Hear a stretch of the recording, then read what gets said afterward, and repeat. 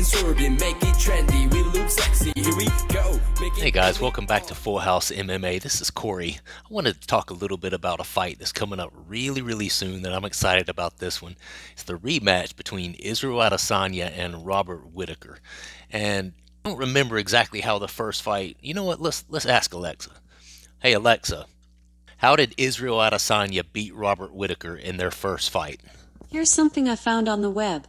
His victory over Whitaker was just as entertaining as the entrance itself, as Adesanya dropped his opponent with an accurate right hand to the jaw at the end of the first round, before knocking him out for good in the second. So I think this video is going to be pretty short if I'm being honest. I don't see a lot that has changed in Robert Whitaker's game to where he's going to be able to change the outcome of this from what the first outcome was when they faced one another. A lot of people are going to say, oh, hold up, Corey, hold up. Remember the fight with Jan Blachowicz? You know, he has the blueprint. That's the blueprint to beat Adesanya. I see where you're going with that, but I profusely disagree. And Jan Blachowicz is a 6'3" monster who more than likely weighed 230 pounds the night he fought Adesanya in that octagon. Robert Whitaker is a stretch of 6 foot and is nowhere near the sheer size of Jan Blachowicz. Now, Robert Whitaker is a very skilled individual. He has a karate background, an extensive karate background. He's a black belt in that. And he also has very good wrestling and jiu-jitsu, as a lot of MMA guys do.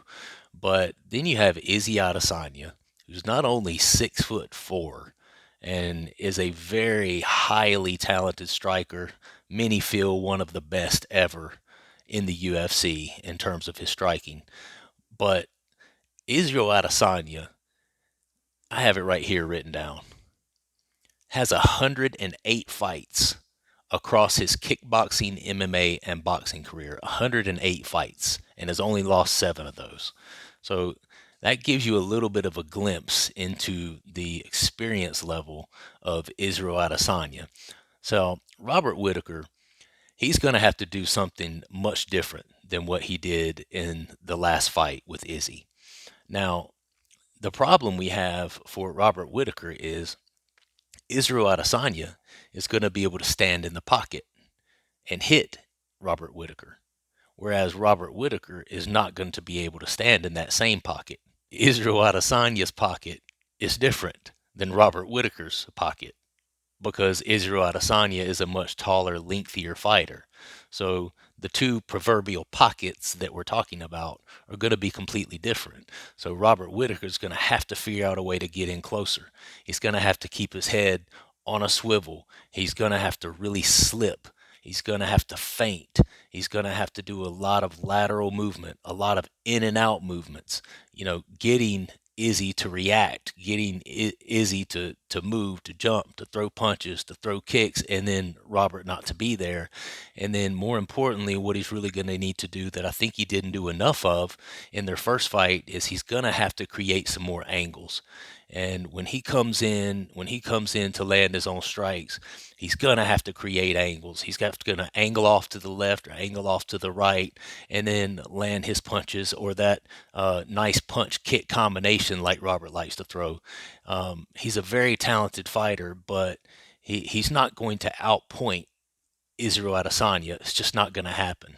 Izzy can sit outside from all day and touch, kick, and it may not be anything huge that will knock out Robert, but he's not going to outpoint Izzy, just based on the length and what an experienced fighter Izzy is in terms of his striking.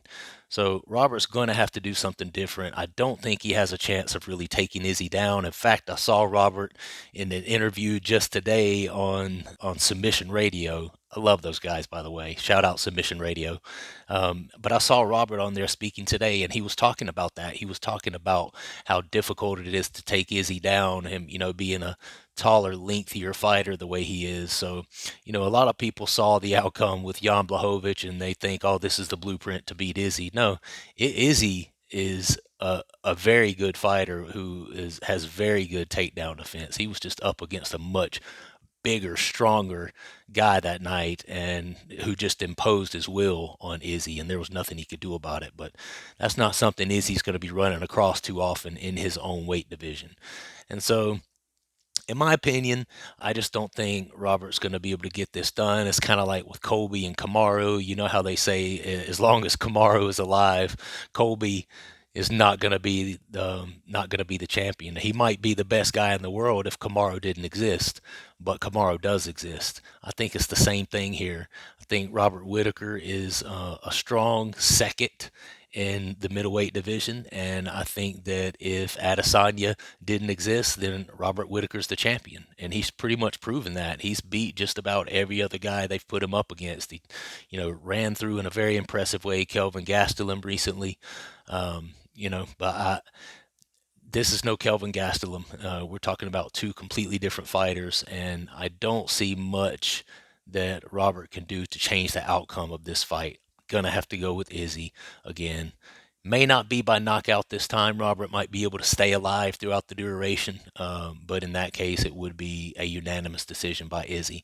So let me know what you think. Let me know what you think about the fight breakdown.